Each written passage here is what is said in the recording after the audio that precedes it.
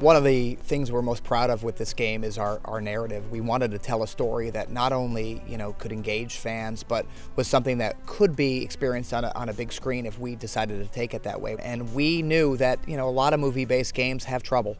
And those troubles are, the fans don't particularly like them as much. And there's a lot of reasons for that, whether it's not enough time or not enough, money put behind the game or not enough of the right creative people working behind it. And a very eventful day for us many, many years ago, we sat down and figured out what we wanted to do with this. And one of the first things, obviously, you talk about is what kind of game do you want to make? Do you want to make a strategy game? Do you want to make an RPG?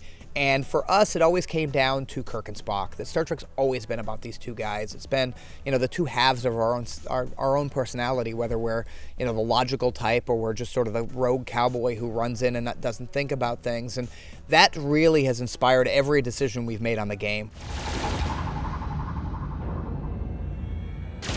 We wanted to make a co-op game. We wanted to make a third-person, shooter because we wanted you to be able to see and feel Kirk and Spock. We didn't want you to see it through their eyes because then you wouldn't get the experience of seeing these amazing actors deliver their roles. And we weren't going to make this game unless we had the cast. Not only we had the cast, we had all the cast. So we reached out to everybody early on. We reached out to Chris and to Zach and to Zoe and said, hey, we're making this game. Do you want to be a part of it?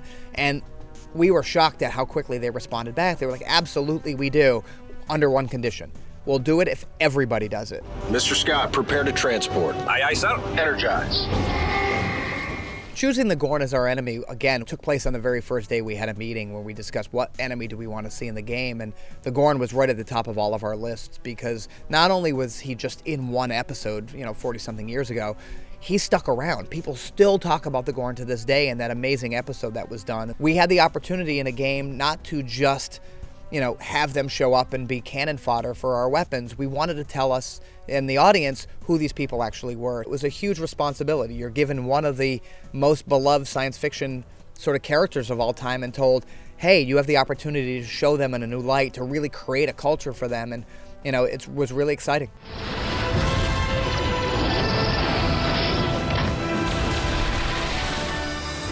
For us, Star Trek is bigger than just a game. It's bigger than just a film. It's a brand that's been with us for over 40 years. It's something that's been very important to us as a studio. And in order to take this great new world, this rebooted world that everybody works so hard to get people to re-engage with Star Trek and take it into a gaming space, we knew we had one shot with it. That if we put out a subpar game, if we put out just a standard movie-based game that didn't live up to people's standards, we were dead. We'd never be able to come here again. We'd never be able to do another game. And we wanted to be true to what Star Trek was. We wanted something that had great action, so there's great action set pieces, but also this great level of optimism and exploration and discovery. And we wanted to make something that our fans would know felt like Star Trek. It wasn't just another game with a Star Trek label slapped on it.